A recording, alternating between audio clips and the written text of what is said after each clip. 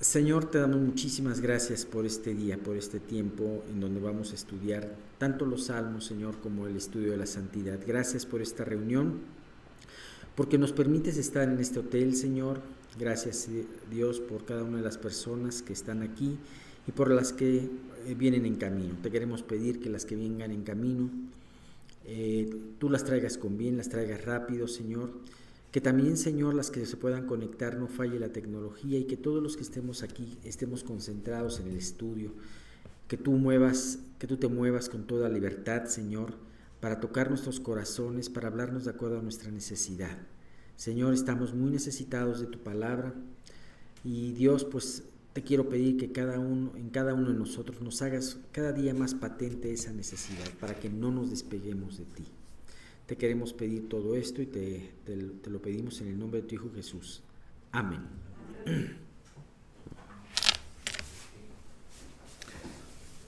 Siempre hay una bendición en toda prueba. De hecho, hemos comentado muchas veces que en este estudio que la prueba es una especie de bendición disfrazada. Y no nos gusta, a ninguno de nosotros nos gustan las pruebas, no nos gusta tener que confiar, tener que esperar, no nos gusta esos momentos de angustia, no nos gusta que nos ridiculicen por nuestra fe. Sin embargo, sabemos que Dios permite muchas veces todo esto porque es algo necesario y porque además, como decía una persona que conduce un programa de radio y dice, cristiano, dice, todo lo que te ayuda para depender del Señor es bueno, definitivamente. Si esta situación que tú estás pasando para depender y voltear del Señor y voltearlo a ver, o sea, estaba usando eso, pues es lo mejor, es bueno.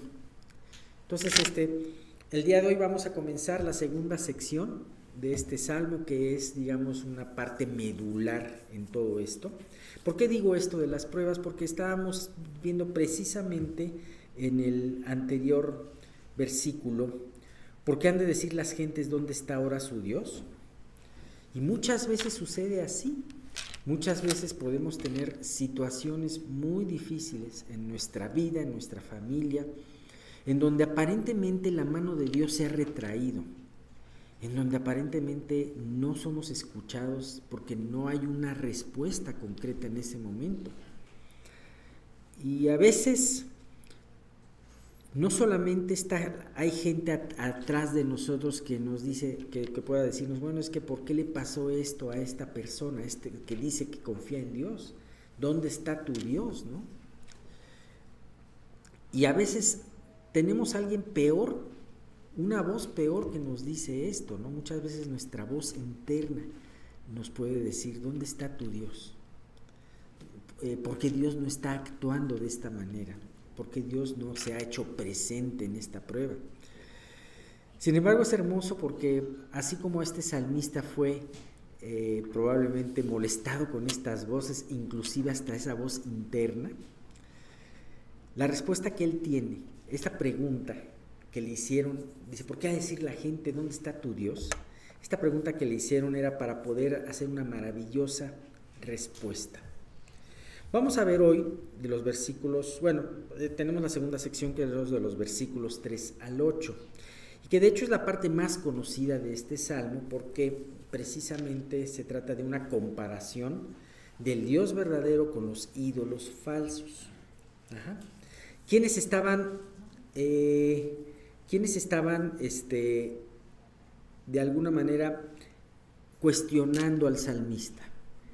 El mundo, el ambiente que había, sus compañeros, a lo mejor sus familiares, sus propios enemigos, y como decíamos, quizás el mismo, ¿dónde está tu Dios? Y esto Dios a través del salmista lo aprovecha para hablar de ese Dios en el que creemos y para hacer esa comparación que además nos llena de mucho aliento de ese Dios que es poderoso con lo que el mundo considera que es valioso y poderoso. Entonces, yo creo que el versículo más importante de este salmo es precisamente el 3. Vamos a leerlo. Dice, nuestro Dios está en los cielos. Todo lo que quiso ha hecho. Qué maravilla de respuesta. Qué maravilla de respuesta para este salmista que lo molestaron con estas preguntas. ¿Dónde está tu Dios? No lo veo. A ver, ¿dónde está? ¿Cómo es? ¿Qué forma tiene? ¿Tiene ojos? ¿Tiene pies? ¿Cómo es? En estos momentos, ¿qué está haciendo tu Dios por ti? En estos momentos, ¿qué está haciendo tu Dios por el mundo? Y entonces el salmista dice, nuestro Dios, porque no solamente, además es impresionante porque nuestro Dios está en los cielos. Tú puedes personalizarlo, y porque hay algo muy importante, es la Biblia la tienes que personalizar para poderla vivir, para poderla acercarte a ti. Y tú puedes decir, mi Dios. Sin embargo, aquí me llama mucho la atención porque el salmista, aunque está hablando en singular, de repente dice nuestro Dios. Y es hermoso saber que no solamente te puedas sentir en esa aflicción, en esas pruebas, en esos ataques que recibes tú solo, sino también hay una comunidad que está sufriendo contigo. Yo creo que a todos los que estamos aquí nos duele mucho todo lo que está pasando en México y lo que está pasando en el mundo. Creo que nos duele mucho ver cómo la maldad crece día con día. Cómo el engaño está, estamos en una época muy oscura, se está oscureciendo la época en donde estamos viviendo, en una época de engaños, en una época en donde los gobiernos están tomando decisiones pues realmente equivocadas en contra del Evangelio. Están dejando a un lado las cosas importantes y están siguiendo solamente una agenda. Estamos viendo que a estas decisiones de gobierno también los medios están de alguna manera ayudando, ¿no? Y tratando de convencer a la gente y aún los más vulnerables, que son los jóvenes, de que lo bueno es malo y lo malo es bueno, ¿no? Entonces, es en estos momentos donde, en vez de deprimirnos, porque muchas veces leyendo noticias y leyendo todas malas noticias puedes deprimirte, es donde tenemos que voltear a los cielos y decir, nuestro Dios está en los cielos. Y vaya que la otra vez teníamos el miércoles hablábamos de un tema difícil en el estudio, pero algo que me llamó mucho la atención es que, Miguel, comentabas, mira, quieres quitar toda duda, voltea a ver primero los atributos de Dios. Dios nunca se va a traicionar a sus propios atributos. Y entonces, cuando volteas a ver los atributos de Dios a través de las promesas de la palabra de Dios, dices, wow, verdaderamente estamos en verdaderamente podemos ver que Dios está en los cielos. Vamos a ver unos versículos que nos hablan de Dios en los cielos, ¿no? Dice Mateo 9, vosotros pues oraréis así, lo reconocen mucho, Padre nuestro que estás en los cielos, santificado sea tu nombre. Salmo 11:4, ve qué belleza. Jehová está en su santo templo. Jehová tiene en el cielo su trono. Sus ojos ven, sus párpados examinan a los hijos de los hombres. O sea, no tenemos un Dios, tenemos un Dios en los cielos, un Dios que está en alto, pero no es un Dios que ignora lo que está pasando en el mundo y que menos va a ignorar lo que está pasando en tu vida. Sus párpados se abren y te ven. Eso es impresionante. Primera de Reyes 8:39. Tú oirás, esta oración de Salomón cuando estaba consagrando el templo. Tú oirás en los cielos, en el lugar de tu morada, y perdonarás y actuarás y darás a cada uno conforme a sus caminos, cuyo corazón tú conoces. porque solo tú conoces el corazón de todos los hijos de los hombres. En los versículos siguientes vamos a ver declaraciones de los ídolos, de donde tienen ojos, tienen boca, tienen pies y no les sirven de nada. Y aquí vemos como tenemos un Dios todopoderoso que sus párpados se abren y te ven. Y ven lo que hay en tu corazón. Que sus oídos se abren a tus oraciones. Siempre y cuando tú estés en una buena relación con Dios.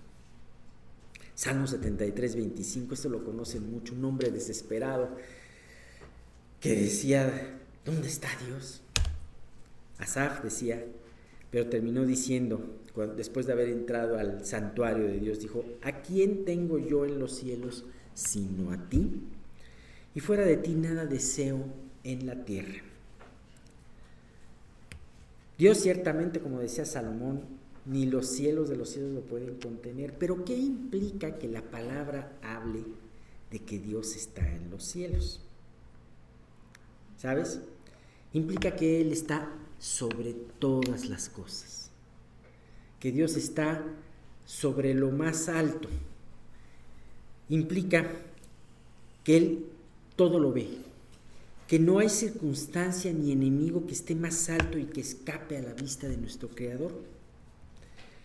Implica que en cada circunstancia que tengamos tú y yo, incluso por más adversa y grande que ésta se presente, tenemos que el cielo gobierne. Y sabes que en cada circunstancia que tenemos, el cielo gobierna. Dios, todo, eso es algo maravilloso. Dios está al control, está en su trono alto. A ese trono llegará nuestra oración y de ese trono vendrá la respuesta. Qué tranquilidad es cuando alguien, en un sentido, cuando tiene que resolver un problema y tuvieras un amigo, un familiar que estuviese en un alto cargo, probablemente no dudaría, y tú sabes que no puedes resolverlo por ti mismo, tú no dudarías en ir con esta persona y pedirle ayuda, ¿no? ¿Cuánto más no lo podemos hacer teniendo a Dios al cargo nuestro? Teniendo a Dios un cargo por nosotros, sabiendo que Él hace todo, ¿no? Y bien, nuestro Dios está en los cielos. ¿Y qué dice la segunda parte? La segunda parte es igual de poderosa. Dice, todo lo que quiso ha hecho. O sea, no solamente Dios ve todo, Dios está al control de todo, sino que esto te habla de una manera magnífica de lo que conocemos como su absoluta soberanía. ¿Sabes qué significa esto? Que no hay una partícula del universo que ya se haya salido de su control. Esto es algo impresionante, que aún la galaxia más lejana, Dios la conoce y la tiene bajo control. Dice, Él cuenta las estrellas y las llama por su nombre, imagínate. ¿Cuántas estrellas tenemos? Millones de millones. Eso es algo tan maravilloso como dice el mismo David. Me quedo aturdido de verlo, es algo tan maravilloso que no puedo comprender, ¿no? Y no hay nada, absolutamente nada, que no se haya hecho sin su mano, sin su propósito, sin su beneplácito. Y además hay algo muy importante, todos los planes que Él ha hecho le han resultado como Él ha querido. Nada lo toma por sorpresa, nadie es capaz de tomar y frenar su mano. Y en esto podemos ver cómo Dios trabaja con los elementos y cómo aún Dios prende a los actores en los elementos para poder hacer su propia voluntad. Tenemos ejemplos muy poderosos como el de Job. Ustedes se acordarán al principio del libro de Job cómo llegan todos los hijos de Dios y entre ellos Satanás, queriendo tentar a Dios. Bueno, Dios lo mete, por así decirlo, sin querer faltar el respeto, Dios lo mete a su juego, a Satanás, y lo utiliza para cumplir su voluntad en la vida de Job y para poder, a través de este libro maravilloso, enseñarnos muchas cosas a nosotros. También podemos ver este punto en la vida de José, aún sus hermanos que por coraje y por envidia lo entregaron, lo vendieron como esclavo, casi lo matan, Dios utilizó este mal para convertirlo en bendición y para salvar a muchos, como el mismo José casi al final de su vida, o más bien después de la muerte de su padre, lo reconoce, ¿no? El mismo pagano y poderoso y soberbio rey Nabucodonosor pudo ver esta soberanía de Dios de primera mano. Él se volvió loco por su soberbia, y cuando él pronunció estas palabras, cuando él entendió la soberanía de Dios, le fue devuelta su razón. Es impresionante, el mundo cada vez se aleja más de Dios y cada vez se vuelve más loco, cada vez más sin razón. Nabucodonosor le fue devuelta la razón cuando reconoció a Dios en su vida. Y este versículo me gusta mucho, Daniel 4:35, ¿qué nos dice? Fíjate, todos los habitantes de la tierra son considerados como nada, y Él hace según su voluntad en el ejército del cielo y en los habitantes de la tierra, y no hay quien detenga su mano y le diga, ¿qué haces? El mismo rey Nabucodonosor, que era el hombre más poderoso del mundo en aquel momento, aquel que perfectamente se enojaba tantito y te colgaban, o con un capricho podía mover ejércitos y conquistar naciones, él mismo había entendido que algo que le había costado mucho trabajo entender, y tanto trabajo que él pensó que él hasta se volvió loco. Pero él entendió que ese Dios que Daniel, Sadrach, Mesach y Abednego le habían anunciado anteriormente, le habían mostrado su poder, él entendió en ese momento que nadie, ni siquiera él, el mismo Nabucodonosor, podía detener la mano y decirle, ¿qué haces? Es impresionante, pero estamos con ese Dios.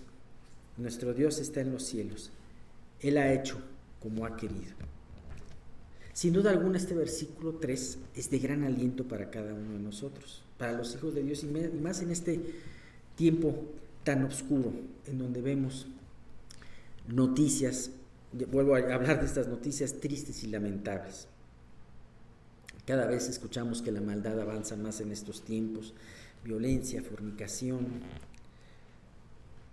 blasfemia, hechicerías. Todo esto se puede ver por muchas partes. Y cada vez podemos ver todo esto. ¿Y qué es lo que nos exhorta todo esto, todo este versículo? Este versículo nos exhorta a poner precisamente, si Dios está en los cielos y le afirmamos que está en los cielos, pues nuestros ojos, nuestra mirada debe de estar puesta donde está el trono. Es un momento en donde tenemos que decir como Asaf dijo, porque nosotros podemos asustarnos ante toda esta aflicción, y es más, con nuestro propio egoísmo podemos ensimismarnos. Sin embargo, es importante voltear a ver a Dios, y como decías, Asaf, ¿a quién tengo en los cielos sino a ti? Esteban también, en el clímax de su discurso, ese discurso es muy interesante, cuando agarran a Esteban y lo acusan, y entonces él les habla a todo el Sanedrín, aquellos que días antes habían crucificado a Jesús, habían hecho juicios muy injustos. ¿Qué le esperaba a Esteban? Lo mismo. Y ante un auditorio que rechinaba y pelaba sus dientes en contra de él. Esteban es curioso, pero Esteban no se defendió. Le dijeron que él tenía derecho a defenderse. Nunca habló mal de aquellos que lo atraparon. No abogó por sí mismo, sino que empezó a decir. Empezó a hablar de una manera a dar una cátedra de la historia de Israel, para enseñarles a todas estas personas que decían amar Israel y la historia de Israel, y que conocían la historia de Israel, para decirles dónde estaban puestos. Ajá. Y él termina muy fuerte diciendo: Israel, que recibió todas las promesas, que tenía el pacto en sus manos, fue traicionado por el mismo pueblo, por sus antepasados. Fue traicionado por ellos y y Dios se lo reclamaba a través de los profetas que ellos mismos creían. Y ellos les dijo: ustedes llenaron la misma medida que sus padres. Ustedes están actuando, estas escrituras se están cumpliendo también con ustedes. Y entonces por eso aquellos hombres que se amaban a sí mismos y no amaban a Dios, porque si se hubieran amado a Dios hubieran caído de rodillas, en vez de caer de rodillas rechinaban sus dientes en contra. ¿Sabes? ¿Qué actitud tienes tú cuando te habla Dios directamente? ¿Rechinas tus dientes o te caes de rodillas? Y bien, pues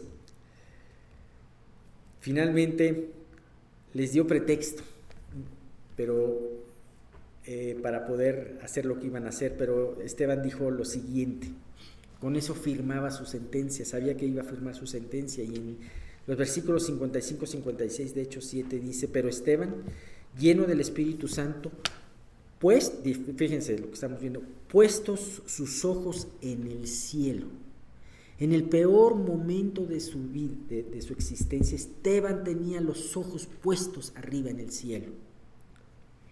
¿Qué vio? Vio la gloria de Dios y a Jesús, que probablemente él lo conoció personalmente. A Jesús estaba a la diestra de Dios. Si ustedes se acuerdan, días antes o meses antes, en el juicio de Jesús, Jesús mismo les dijo: he aquí, sí, yo soy el Hijo de Dios, y he aquí que veréis al Padre y al Hijo de Dios, no, veréis al Hijo de Dios sentado a la diestra del Padre. Y ellos, ¿qué hicieron? Se rasgaron las vestiduras. Y ahora esto que había dicho Jesús era una realidad. Dijo: he aquí, vio la gloria de Dios y a Jesús que estaba a la diestra de Dios, y dijo: he aquí, veo los cielos abiertos y al Hijo del Hombre que está a la diestra de Dios. Lo que Jesús les había dicho semanas antes se cumplía. Pero tristemente ellos no escucharon a Jesús, tampoco escucharon a su siervo y lo mataron. Pero aquí el punto, y volviendo al tema de este salmo: nuestro Dios está en los cielos, y esto era muy importante. Esteban volteó a ver al lugar adecuado, no volteó a ver aquellos dientes que le estaban pelando, sino volteó a ver a su Señor que estaba a la diestra del Padre.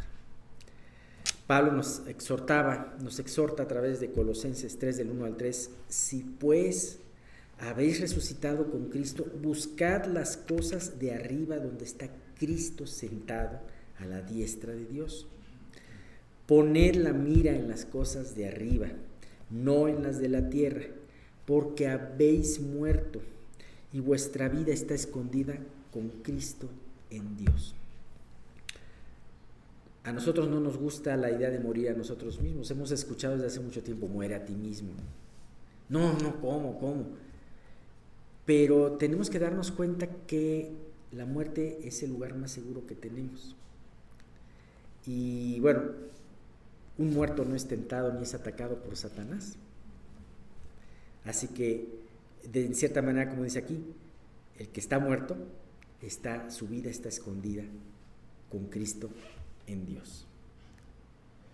Así que no desmayemos, no dudemos de nuestro Dios, y tampoco nos dejemos impresionar con todos los ídolos aparentemente poderosos de este mundo. Fíjate, Dios en su misericordia nos recuerda en muchos lugares de la Escritura qué son realmente estos ídolos, de qué valen estos ídolos, porque nosotros salimos a la calle y hay muchas cosas que nos pueden impresionar. si no tenemos nuestros ojos puestos en Dios. Y muchas veces aún hasta podemos caer, ¿por qué Dios no nos ha dado esto? Pon tus ojos. Hay un himno que cantamos, que pon tus ojos en Cristo, tan llenos de gracia y amor, ¿no? Y lo terrenal desaparecerá. Así que si tú pones los ojos en el cielo, donde está Dios, donde está Cristo sentado a la diestra de Dios, los ídolos de este mundo se desvanecerán, serán como nada. Me impresiona porque ahorita vamos a ver, a partir de la próxima sesión, qué son verdaderamente estos ídolos. Y vamos inclusive, hay muchos pasajes que nos hablan de lo que es verdaderamente un ídolo. Vimos la vez pasada el pasaje de Primera de Corintios, que nos dice, porque un ídolo no es nada en el mundo. Y es cierto, un ídolo no es nada. Pero vamos a ver cómo, desde el versículo 4, que nos habla de que estos ídolos podrían parecer muy impresionantes, porque son plata y oro, pero que no nos acordemos cuál es su origen y para qué sirven. Pero eso lo vamos a ver la próxima sesión. Bien. Esta es la última parte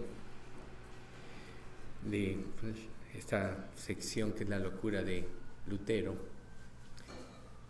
Ya vimos su vida de inconverso, cómo era su carácter, una persona hipersensible, y en su incredulidad pues no era nada amable, inclusive era descortés con muchas personas, pero de acuerdo a todas las aptitudes y la mente que Dios le dio, aunque muchos pensaban que estaba loco, realmente no estaba loco, solo era una persona que tenía muchos problemas como muchos de nosotros tenemos en la vida, en nuestra búsqueda de Dios.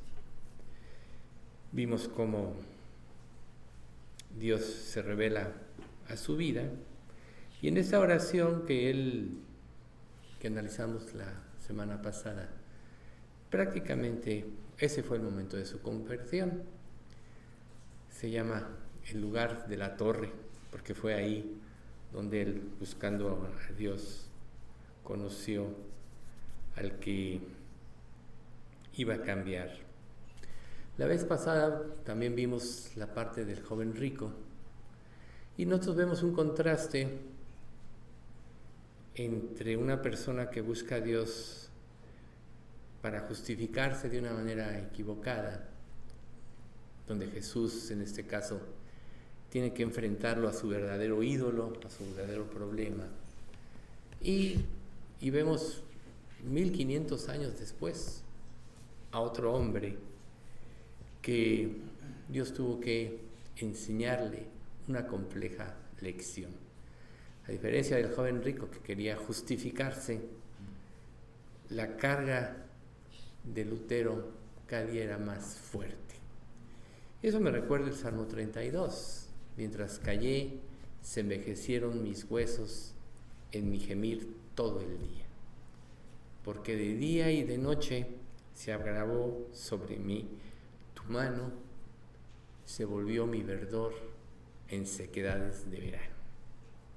Eso nos pasa a todos cuando realmente no tenemos una relación con Dios. Cuando Dios nos toca, cuando Dios nos está llamando, nosotros, como el joven rico, podemos justificarnos de muchas cosas, podemos razonar lo que nosotros queremos, pero realmente a Dios no lo vamos a engañar. Ahí lo acabamos de ver en el Salmo. Él está en los cielos y Él todo lo sabe, todo lo conoce. Cuando David también enfrentó esta situación, en este mismo Salmo declara: mi pecado te declaré y no encubrí mi iniquidad. Dije: confesaré mis transgresiones a Jehová, y tú perdonaste la maldad de mi pecado. Qué fácil, pero qué difícil. Expresar estas palabras puede ser fácil, puedes leer el Salmo y las estás expresando. Pero Dios no quiere pensamientos errantes. Él quiere que se fije la mirada en Él. Recuerden, nosotros estamos viendo el estudio, la santidad de Dios. Y así como también el caso de Isaías, cuando se enfrenta a la santidad de Dios y prácticamente Dios lo cambia, pues Lutero también le sucedió eso. Recuerden que ya habíamos comentado que como abogado era brillante, y el hecho de analizar y conocer la ley de Dios, pudo entender la condenación perfectamente. Y él no vio salida ahí. ¿Dónde ocurrió el milagro? Cuando pudo ver la gracia de Dios. Recuerden ustedes que ninguna persona se va a convertir si no ve su pecado en magnitud, se siente perdido verdaderamente y por otro lado ve la gracia de Dios. La semana pasada les compartía este versículo de Malaquías 3:2. Oh Jehová, he oído tu palabra y temí. Oh Jehová, aviva tu obra en medio de los tiempos. En medio de los tiempos, hazla resplandecer o florecer.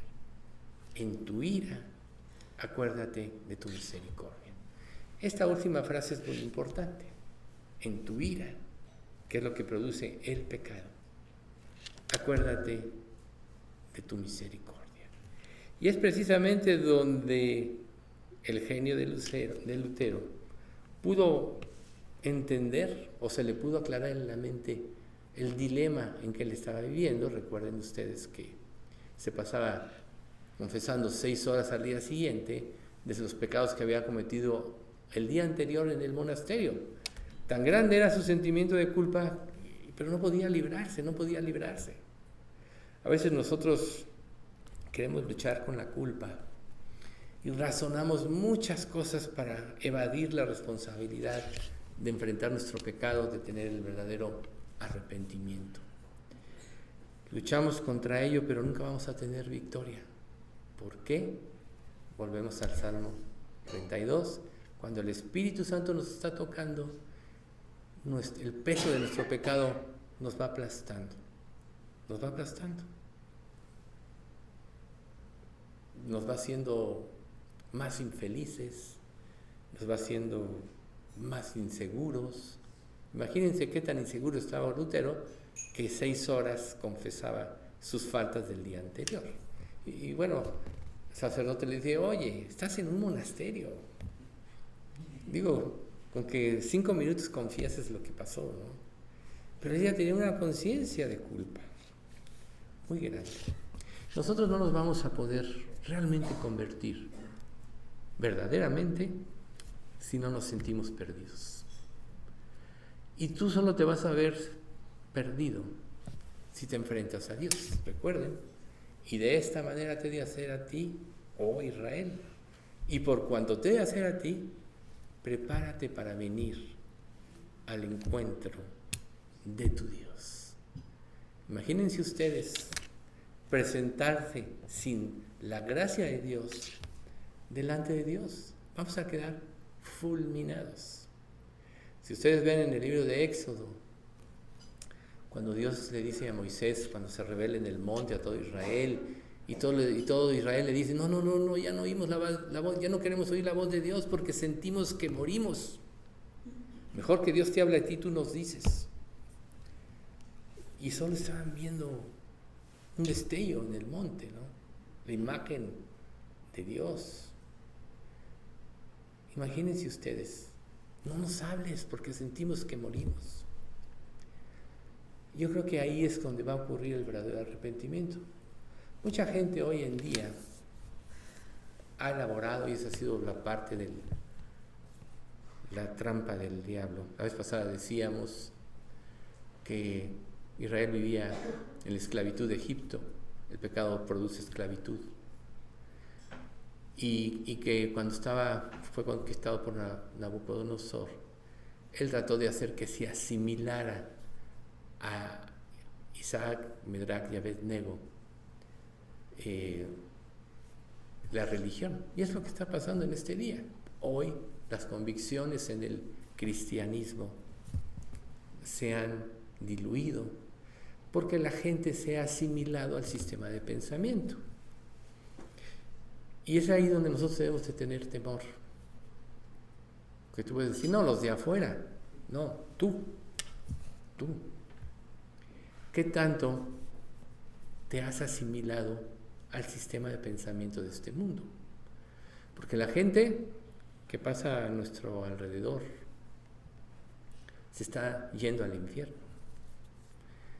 Y a veces tú los ves pasar y dices, bueno, no quiero tener conflictos, son muy agresivos, si les hablo de Cristo arremeten contra mí, mejor allá ellos. Pero se nos olvida que si realmente somos salvos, nosotros somos luz, somos el reflejo, nosotros reflejamos la luz de Cristo. Pero para poder reflejarla correctamente, tenemos que vivir verdaderamente para Él. Y ese es precisamente donde hay un precio que pagar, pero es un precio que no es doloroso si ves la magnitud del amor de Dios. Lutero ese día la vio. En mi caso personal, hace muchos años, yo me independicé de la compañía donde trabajaba, que yo vi que ya no iba a seguir progresando ahí. Y cuando yo puse mi negocio, ahí es donde estaba leyendo la Biblia. Ahí fue donde yo me convertí. Todavía estaba en los inicios y me pasaba todo el tiempo que estaba libre leyendo la Biblia, muchas horas al día. Y llegó el momento en que Dios me hizo ver mi pecado y ahí fue donde yo me arrepentí y mi vida cambió. Para mí esa fue como la torre de Lutero. Y yo creo que todos nosotros debemos de buscar a Dios hasta encontrarlo. Unas personas pueden hacerlo de una manera, otros tendrán su torre, otros yo ahí, como en mi despacho. Una persona se metió en un closet ahí a leer la Biblia, platicó alguna vez. Pero la verdad es que si no llegamos a ese momento, no le vamos a ser útiles a Dios. Entonces, Dios le habló a Isaías en la antigüedad, y ahora le habla a otro joven, bueno, quizá ya no tan joven, pero a otro hombre, a Lutero. Y realmente en su conversión, su vida cambió. Su destino dependía de una respuesta que Dios le reveló a través de la epístola de Romanos, porque él dijo, quiero entender qué decía Pablo. A ver, ¿por qué Pablo expresa eso y no lo entendía? Hasta que vio precisamente la excelencia de Dios. Pero, como decía yo hace un momento, el mundo corre, este mundo, mencionaba a Alex en el Salmo, ¿sí? Se está yendo a la deriva, vemos guerras, ciclones, ahora lo que acaba de pasar en Acapulco, ese temblor. O sea, Dios está hablando, ¿perdón? Huracán, ¿verdad? Perdón. Dios está hablando a la humanidad y la humanidad no lo entiende. Y los malvados no son estorbados. Recuerden, Isaías 26:10. Se mostrará piedad al malvado y no aprenderá justicia. En tierra de rectitud hará iniquidad. ¿Por qué este pasaje? Porque muchos piensan que al final Dios va a perdonar a todo el mundo. Muchos podemos pensar que por asistir a un lugar aquí o por conectarnos en el Zoom, ya no va a pasar nada. O sea, ven ustedes, quizá tengamos que reducir los espacios. Estamos pagando un precio por un número de personas y cada día vienen menos. O sea, ¿qué pasa en las vidas? ¿Estamos nosotros diciendo mentiras? ¿Estamos diciendo la verdad? Algunos no la entienden. Quizá algunos no pudieron venir. No se trata de que pasen lista, sino que generen. Pero ¿dónde está el amor por Cristo? ¿Dónde está el verdadero fervor de tener un encuentro con Dios? Si para ti, que estás aquí o que estás quizá viéndolo, no te da la suficiente convicción de tener este encuentro, algo anda mal en tu vida. Y lógico, si no puedes ver tu necesidad de Dios, ¿cómo puedes ver la necesidad de otro? La gente está yendo al infierno. Muchos están muriendo injustamente, como pasa ahora ahí en Israel, en toda esta guerra. Muchos inocentes, muchas mentiras también por los terroristas, que son especialistas en mostrar imágenes diferentes. Había el testimonio de un soldado que decía que todo lo que está rodeado a los hospitales está lleno de explosivos y bombas.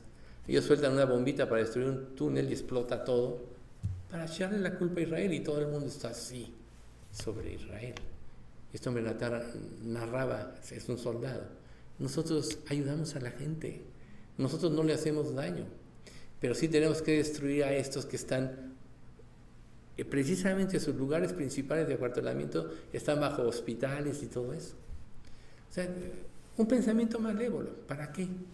Para destruir a la nación de Dios.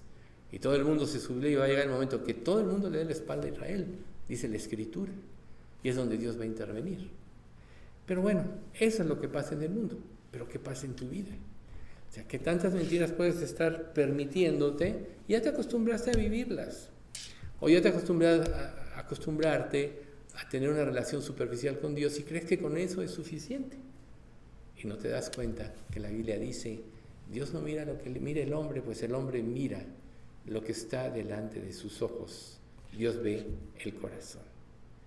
Entonces, la verdad es que la verdadera conversión es calificada en relación al grado de la santidad que nosotros veamos de Dios.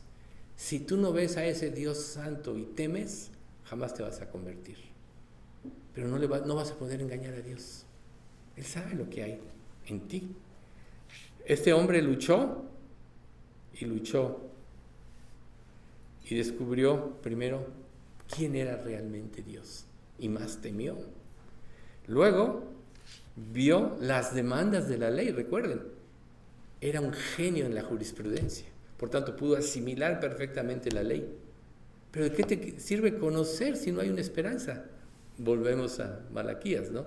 En tu ira, que es lo que produce la falta del cumplimiento de la ley, acuérdate de la misericordia. Ahí está, la ley produce ira y castigo, porque no la podemos cumplir. Y Cristo nos da la misericordia. Pero Cristo ha sido velado, cuando menos en el sentido de que para que Él pueda realmente salvarnos, tenemos que tener una verdadera convicción de pecado. Y la humanidad corre como un río y no se da cuenta que va al infierno, que es el peor lugar. Tú puedes decir, no, este mundo está cada día peor. El infierno es un lugar donde no hay retorno. Toda persona que muera y vaya ahí es por toda la eternidad, donde va a ser castigada día y noche. Como dice Hebreos 9:27, y de la manera que está establecida para los hombres, que mueran una sola vez, y después de esto, el juicio. No hay otra. Entonces a lo mejor tú dices, no, yo ahorita no, después busco a Dios. Si no te das cuenta, la humanidad no se da cuenta que mientras más dejes correr el pecado en tu vida, más se endurece tu corazón, más insensible te vuelves a las cosas de Dios y pierdes o vas perdiendo la capacidad del arrepentimiento. Si no, Eclesiastés 12:1 no diría, acuérdate de tu Creador en los días de tu juventud, antes que lleguen los días malos, vengan los días malos y lleguen los años en los cuales digas, no tengo contentamiento. Nosotros hemos visto personas que se sienten cristianas de 30, 40 años y no tienen contentamiento porque Dios realmente no está en su corazón. Pero cuidado les digas, no, tú no eres salvo, porque bueno, se enfurecen. Entonces, para Lutero fue la experiencia de la torre y le dio un nuevo entendimiento, porque él había nacido de nuevo. Fue tocado por Dios, recuerden, ninguno de nosotros se puede realmente convertir si no es tocado por Dios. Jesús dijo, no se les olvide, ninguno puede venir a mí si el Padre que me envió no le trajere. A lo mejor Dios te está llamando y tú no respondes porque estás muy ocupado en muchas cosas. Al último Dios, lo que te queda de tiempo es Dios. ¿Y tú crees que es justo para Dios quien te creó? ¿Tú crees que es justo para Dios quien te sustenta, te mantiene y te sostiene? Quien permite que todavía respires. Quien hace salir su sol sobre malos y buenos. Quien hace llover sobre justos e injustos. Toda la humanidad deberíamos vivir para reverenciar a Dios, pero no le conocen. Recuérdense Romanos 1:18 en adelante. La ira de Dios se revela desde el cielo contra toda impiedad e injusticia de los hombres, etc. Entonces, la humanidad es ciega, es ignorante. Deja que los muertos entierren a sus muertos, le dijo Jesús a un hombre que le quería seguir. Pero primero dijo, deja que vaya a enterrar a mi padre. Y Jesús le dijo, deja que los muertos entierren a sus muertos. Tú ven, sígame. Tú ven y sígueme. Aquí Dios te está hablando a ti hoy. Tú ven y sígueme. Si estás escuchando mi voz, responde a ella. Porque si no respondes, vas a ir perdiendo la capacidad de responder hasta que ya no puedas creer. Va a llegar el momento en que la humanidad va a ser juzgada y va a tener claro en la mente que está siendo juzgada con Dios. Pero dice el Apocalipsis, pero aún así no se arrepintieron de sus malas obras. Ya estaba demasiado endurecido su corazón. En Egipto, el faraón sobre el cual Dios tuvo que descargar 10 plagas. La última fue la crucial. Él ya había determinado no seguir a Dios. Porque aún sus hechiceros que imitaron al principio los milagros que hizo Moisés, obviamente con sus artes diabólicas, llegó el momento que le dijeron, este es el gran poder de Dios. Y no se sensibilizó, y a la larga le costó la vida a él, a todo su ejército, sepultado ahí en el mar muerto. Entonces, ¿qué vamos a hacer nosotros? ¿Tienes tú hambre y sed de Dios? Personas como Lutero se pueden condenar el día de mañana. ¿Por qué? Porque él no descansó hasta encontrar a Dios. Y una vez que lo encontró, no descansó. Se opuso a todo el mundo. Se opuso a todo el sistema religioso ya totalmente sumergido en la idolatría y en la mentira. No importa que estuviera el rey, que estuviera el papa, todos los sacerdotes que le dijeron, si no te retractas, te va a ir mal, ¿no? Y él dijo, ¿a quién voy a seguir? Dios se está revelando a mi vida. Alguien que lucha contra el mundo es a quien Dios se revela en su vida verdaderamente y responde. Alguien que solo deja pasar el mundo es porque realmente Dios no se ha revelado a su vida. O se ha revelado y te ha dicho, no, ahorita no tengo tiempo. Tengo que ir a comprar, a ver la huerta que acabo de comprar. No, es que me acabo de casar, luego voy. Acuérdense, ¿no? El llamado a las bodas. ¿Cuál es tu caso? ¿Qué vas a hacer? Dios no te necesita a ti, pero como creyentes, si es que realmente lo somos, nos ha dado el privilegio de padecer por el nombre de Cristo, como dice Filipenses 1:29, porque a vosotros os es concedido por causa de Cristo, no solo que creáis en Él, sino que también padezcáis por su nombre. ¿Qué tanto estás dispuesto a padecer por su nombre? A veces Dios nos cambia las cosas, nos cambia la situación, y en los cambios, en las pruebas, es donde realmente se va a manifestar el carácter cristiano, la devoción a Cristo. Cuando las cosas cambian, vienen las crisis. Pero de ahí surge la verdadera entrega. O sea, ¿qué estás dispuesto a hacer? ¿Sí? Entonces Lutero primero vio a Dios como un juez airado contra el pecado, y por eso Él dijo que lo odiaba porque no había visto su gracia. Pero cuando tú ya ves su gracia manifestada en tu vida, o lo amas o realmente no has creído en Él. Recuerden, lo hemos dicho varias veces, tu grado de entrega va en función del grado de conocimiento verdadero de Dios. Si poco te estás entregando, poco lo conoces o no lo conoces. Si haces poco esfuerzo por buscarle cada día, pues es que no es lo más importante para ti, cuando Él debería ser lo más importante. Recuerden, como dice Hebreos, que toda la creación está sostenida por su palabra. Por tanto, una verdadera vida cristiana está sostenida por su palabra. ¿Qué tanto anhelo tienes de ir con Dios para encontrarte en Él, en la palabra? Para este experto en jurisprudencia, Lutero, una de las cosas que lo hizo tambalearse, recapacitar y ver una luz ante su culpa, fue Romanos 1:17, porque en el Evangelio la justicia de Dios se revela por fe y para fe, como está escrito, mas el justo por su fe vivirá. Esa fue su luz. Él podía comprender todo, pero lo que él había comprendido por sobre mucha gente, lo estaba llevando al infierno. Su culpa lo consumía. ¿Qué tanta culpa tienes tú de esto?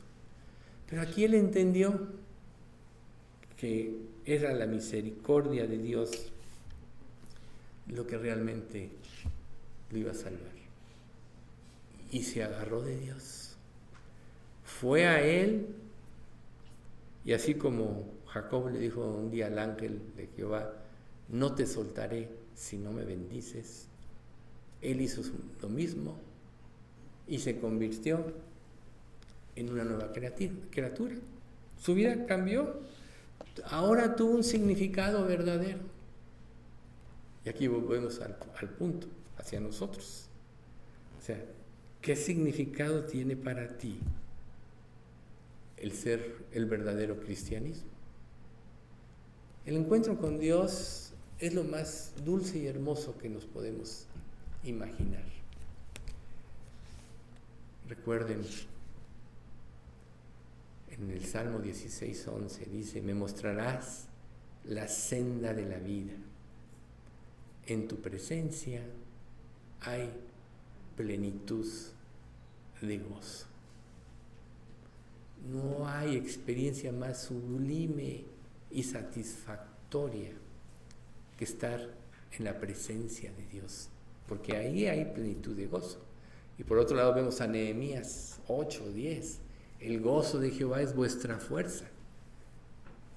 Por lo que podemos deducir que si tú no estás cerca de Dios y paladeas o saboreas las dulzuras de su amor, ¿qué es lo que te va a llevar a dar tu vida y a dar tu vida por el servicio a Él? No vas a cambiar. Entonces, si tú no tienes ya esa fuerza, es que ya te asimilaste a este mundo de una u otra manera. ¿Qué dice Lamentaciones 3? Escudriñemos nuestros caminos y volvámonos a Jehová. Después de la gran tragedia que le pasó a Israel por su desobediencia, por su necedad, por la dureza de su corazón, habiendo tenido la ley, se fueron a los ídolos. Ay, Isabel, ¿cómo no? Israel, ¿cómo? Habiendo visto el poder de Dios a través de las plagas, ¿cómo visto manifiesta su presencia en el monte Moriah? ¿No?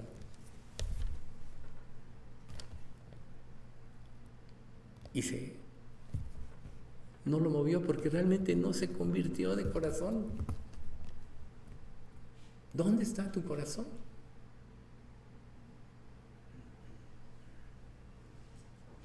en tu ira, acuérdate de tu misericordia. Si tú realmente has conocido a Cristo, entonces sabes que la gracia de Dios está a tu favor. Y mientras más vivas, más va a ser ese amor desbordante en ti, y la pureza de tu vida va a aumentar. Si no, quiere decir que no has visto la gracia de Dios.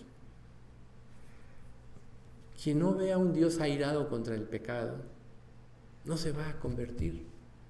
Recuerden, como dice el Salmo 8:9, que Dios está airado contra el impío todos los días. Dios no tolera el pecado porque sabe los efectos del pecado. Nosotros estamos viviendo como humanidad los efectos del pecado. Y más en esta última época donde la ciencia ha aumentado, la tecnología ha aumentado, es el peor tiempo, la peor época, porque el pecado se ha manifestado. Entonces Dios tiene que dar indicios de su ¿cómo podríamos decir? De su disgusto a través de lo que pasa en la tierra, o sea, en la tierra. Recuerden, la creación fue sujeta a maldición por causa de la desobediencia. Y cuando empiezan a pasar cosas así como estamos viendo ahí todo el mundo, o sea, que Dios no está hablando, que Dios no está diciendo, ahora olvídate de los demás, tú. No te acostumbres a proyectar en los demás, porque Dios es el que siempre te quiere hablar a ti, es el que te quiere enfrentar a ti. Entonces, si uno ve si no ves a Dios a través de la gracia, todo es como una nube oscura, con una cortina que te nubla todo el entendimiento. Recordemos, el pecado produce ceguera. Y el único que puede quitar la venda de la ceguera es Jesús. Por eso Él dijo, y conoceréis la verdad, y la verdad os hará libres. Así que si el Hijo os libertare, seréis verdaderamente libres. Pero en ese mismo pasaje, en el 8:34, dice, de cierto os digo que todo aquel que hace pecado, esclavo es del pecado. Entonces, ¿qué es lo que tú estás permitiendo en tu vida? Si estás en pecado, si no tienes convicción, no digas que eres creyente, porque el verdadero creyente tiene el Espíritu Santo, que aumenta la convicción de 1 a 1000, por decir una cifra. Quien realmente es salvo no puede estar en paz y a pecado hasta que confiesa. Pero si tú conscientes el pecado y ahí vas, bueno, quiere decir que no te has visto en el espejo de la santidad de Dios, obviamente revelada a través de su palabra. Aquí estamos viendo conversiones verdaderas a lo largo de este estudio de quienes vieron la santidad de Dios y su vida cambió. Y a tal grado cambió que cambiaron las épocas de alguna manera. Porque todo el movimiento protestante, que lo que podemos decir protesta contra el pecado, surgió a partir de aquí, de este hombre, que tuvo muchos problemas, pero un día Dios lo iluminó. Pudo verse perdido, pero a su vez pudo ver la gracia de Dios. Y el mundo corre a nuestro lado rumbo al infierno. A veces muere gente inocente. Pues sí, muere gente inocente por causa de el pecado de los demás. Y nosotros podemos seguir siendo insensibles a lo que pasa. Entonces, cuando tú comprendes la gracia, es como si se abrieran de par en par las puertas del cielo a tu vida. ¿Y por qué yo digo esto? Porque la seguridad de la salvación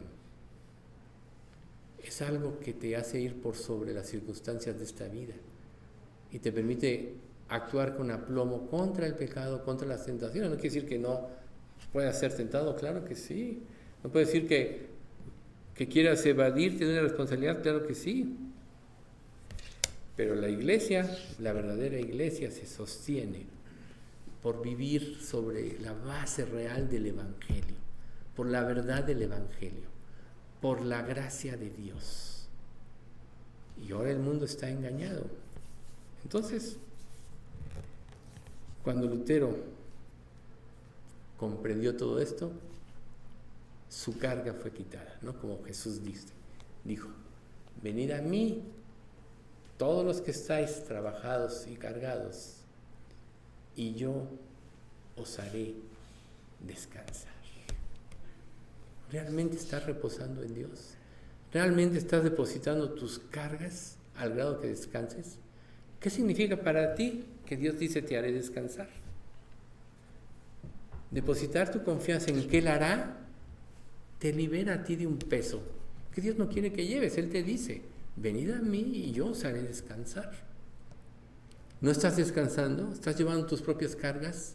Es que realmente no estás yendo a Jesús. Y Él dice, ven a mí.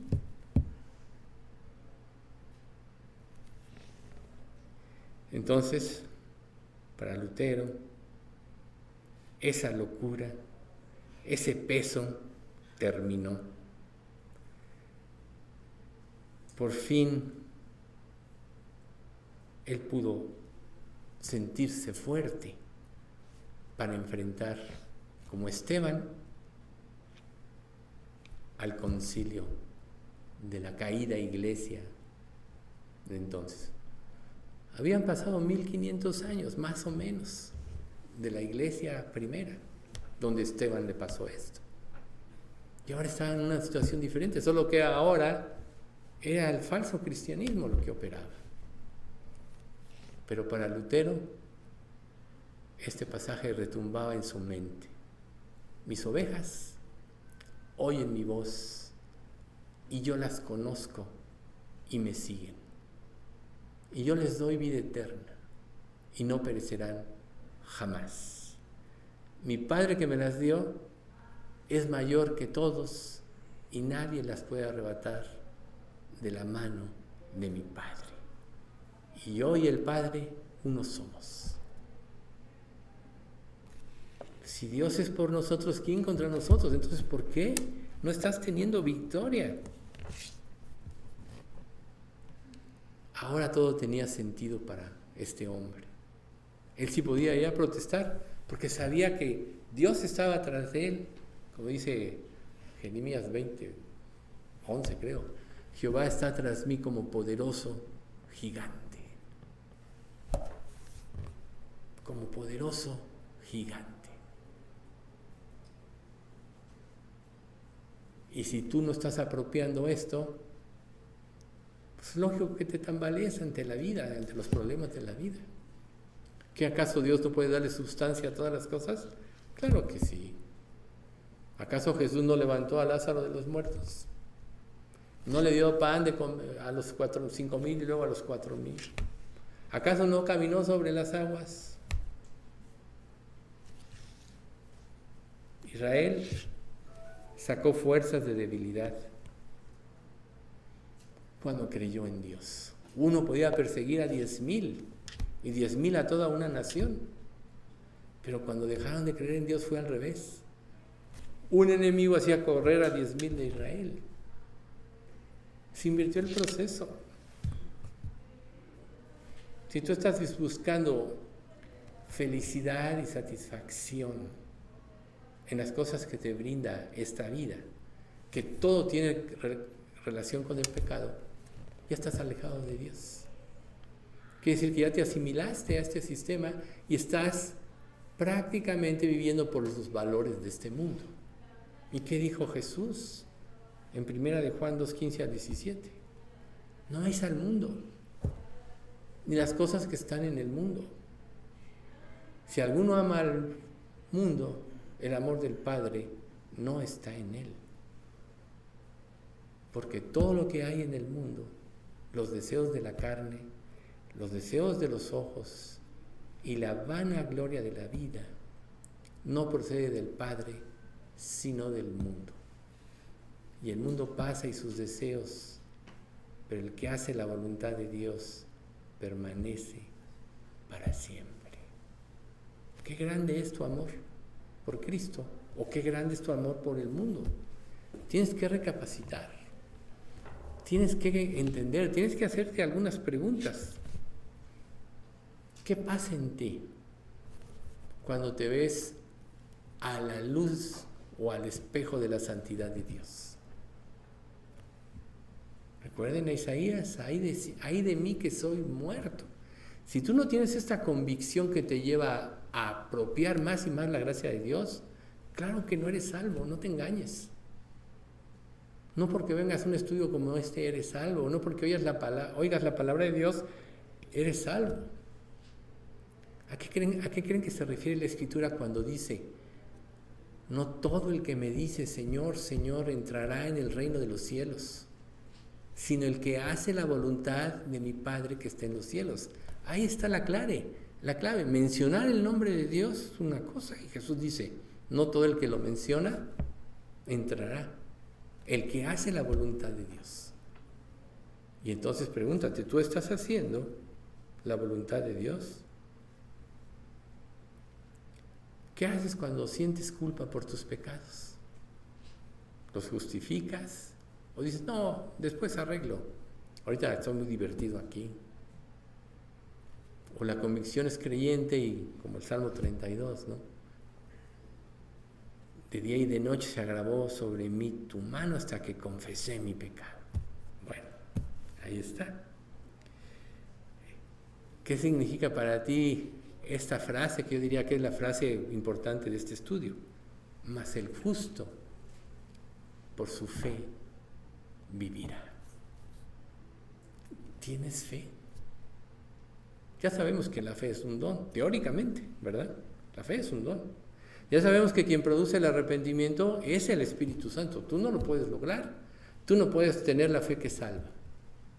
Pero cuando menos eres honesto, como aquel hombre cuando baja Moisés de la montaña Jesús después de orar en la montaña, y los discípulos no pudieron sacar el demonio del muchacho aquel, su hijo. Señor, tus discípulos no pudieron. Y él dijo: si tienes fe, al que cree todo le es posible. Y él dijo: creo. Pero seguramente ahí el Espíritu Santo, que estaba actuando al máximo, le hizo ver que no tenía realmente fe. Y él dijo: auméntame la fe. Luego más adelante los discípulos le dijeron: ¿por qué nosotros no pudimos? ¿Y cuál fue la respuesta de Jesús? Por su falta de fe. ¿Se dan cuenta? El justo vivirá por fe. No quiere decir que no va a tener problemas. No quiere decir que no va a enfrentar circunstancias difíciles. Es más, mientras más te entregues, más pruebas vas a tener. Más circunstancias difíciles vas a vivir. Pero la fe te sacará de todas ellas. El verdadero tesoro que Dios le da a sus hijos es la fe. No cosas, no bienes, no riquezas. Porque la fe es la sustancia, le da sustancia a todo. Si creyeres y no dudares, no solo harías a esto de la higuera, sino que si dijeres a este monte: quítate y échate en el mar, te será hecho. Y todo lo que pidas en oración, creyendo, lo recibiréis. Cuando Jesús dice todo, ¿está poniendo alguna excepción? No, todo. ¿Por qué nos dejamos amedrentar por las circunstancias? Porque no estamos poniendo los ojos en Jesús. Porque no estamos viendo su gran amor. porque no hemos visto su santidad y eso no nos ha causado ningún temor que cause la convicción que nos lleva al arrepentimiento. Por eso es tan importante este estudio. ¿Cuánto tiempo nos pasamos estudiando los atributos de Dios? ¿Alguien tiene una idea? Fácil, 5 años o más.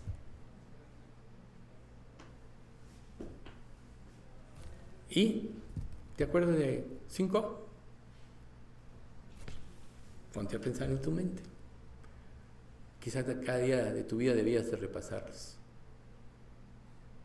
Hasta Héctor repartió unas carteleritas con los atributos de Dios. Entonces, despertemos. Levántate, tú que duermes, y te alumbrará Cristo. Despabilate del sueño del pecado. Vuélvete a Dios. No crean que a mí en lo personal me importa que esté vacías las sillas, porque Dios puede hacer mucho con pocos. Dios no quiere que se llene esto, quiere calidad. Quiere personas que verdaderamente quieran vivir para Él. Y sí, yo creo que de aquel año entrante vamos a tener que hacer ajustes, porque es injusto, sobre todo ahora que han pasado muchas circunstancias, que estemos pagando por sillas donde a muchas personas no les interesa venir. Pero si tú realmente amas a Dios, entonces las cosas son diferentes. A través de una persona, Dios puede hacer mucho, como el caso de Esteban, por ejemplo. Vamos a dar gracias.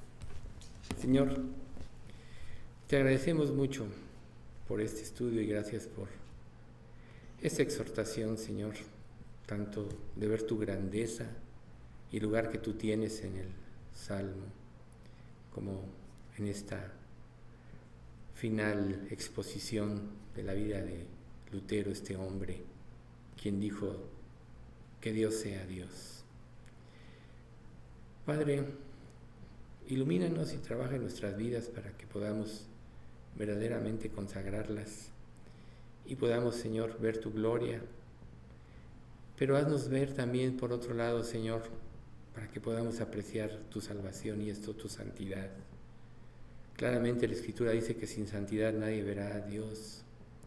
Así que, Señor, es un punto tan importante para poder apreciar la gracia de Dios, ver tu pureza y que tú estás en contra del pecado, pero que en tu misericordia nos diste la salida al juicio por nuestras faltas. Gracias por ello, Señor. Bendice a nuestra iglesia y tu guía, Señor, todos los pasos que tenemos que seguir para estar en tu voluntad. Te queremos pedir, Señor, por Estela, que te está pasando esta prueba tan difícil con su mamá, porque tú derrames toda tu gracia y la fortalezcas en estos tiempos, y mañana que la van a operar, que tú, por otro lado, Señor, operes a través de las manos de los médicos para que ella pueda salir adelante.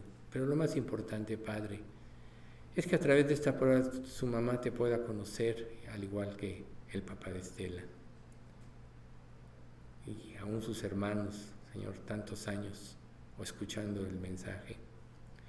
También te rogamos por la salud de Margarita, Padre, para que pues ella no se siente bien de salud, pero queremos pedirte, Señor, que la liberes precisamente del peso de la muerte de su hijo. Señor, sabemos que tú puedes consolar, consuélala. Hazle saber que tu voluntad es buena, agradable y perfecta, y que tú hiciste todo por la salvación de su hijo. Sabremos un día todo lo que pasó, pero ahora, ya que todavía está aquí, consuélala, Señor, y ayúdala, para que ella pueda reposar en tu fe y en tu gracia y no repercuta esto en su salud. También te rogamos mucho, Señor, porque en nuestra iglesia tú verdaderamente pongas ese amor por ti, ese compromiso contigo, Señor, no con nadie más, de poder estar cada día, Señor, a través de la palabra en comunión contigo, y en los estudios de domingo, Señor, te pedimos que tú pongas esa convicción, porque tú lo pones como un mandamiento de reunirnos, y cuanto más cuando aquel día se acerque, que lo vemos con claridad. Señor, bendice a nuestra iglesia, trae la salvación a aquellos a quienes tú sabes que no son salvos, solo tú lo sabes. Hazles ver, Señor, su pecado, su maldad, y llévalos a ti. Y a los que ya somos, Padre, tú llévanos una pureza mayor, una santidad mayor, para poder servirte de verdad, Señor, y glorificarte con nuestras vidas, como personas en lo individual y como parte del cuerpo de Cristo cuando tú vengas. No permitas, Padre, que ese día salgamos avergonzados. Más bien te rogamos mucho que nos mantengas siempre en la sana doctrina, en las sanas enseñanzas de la vida. Y nosotros sabemos, Padre, que mientras más se acerca aquel día, más desertores va a haber. Pero, Señor, enséñanos a predicar la pura verdad y nunca salirnos de ella. Todo esto, Señor, te lo pedimos en nombre de Cristo Jesús.